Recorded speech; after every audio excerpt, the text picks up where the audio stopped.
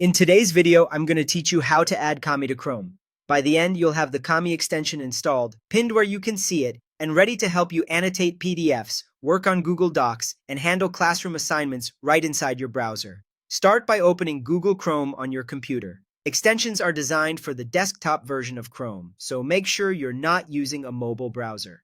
With Chrome open, head to the Chrome Web Store. You can search for Chrome Web Store or navigate directly if you know the address. Once you're there, look for the search bar at the top left. Type Kami into the search bar and press Enter.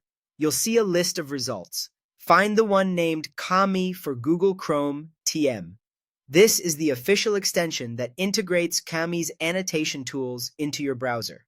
Click it to open the extensions page where you can review its description, screenshots, and ratings if you want a quick overview of what it does.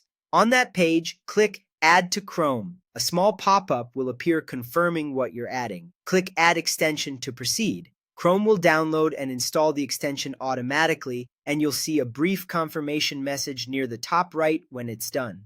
If you don't notice anything change right away, that's normal. New extensions are stored under the Extensions menu. Next, click the Extensions icon in the top right corner of Chrome.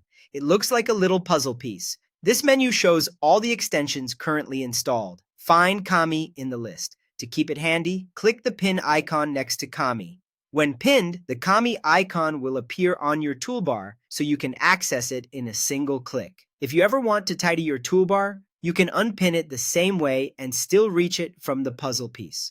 Now click the Kami icon on your toolbar to open it.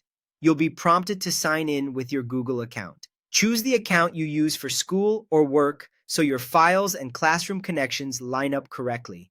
Signing in lets Kami integrate with your Google Drive and classroom workflows, making it easy to access and save your work. You're all set.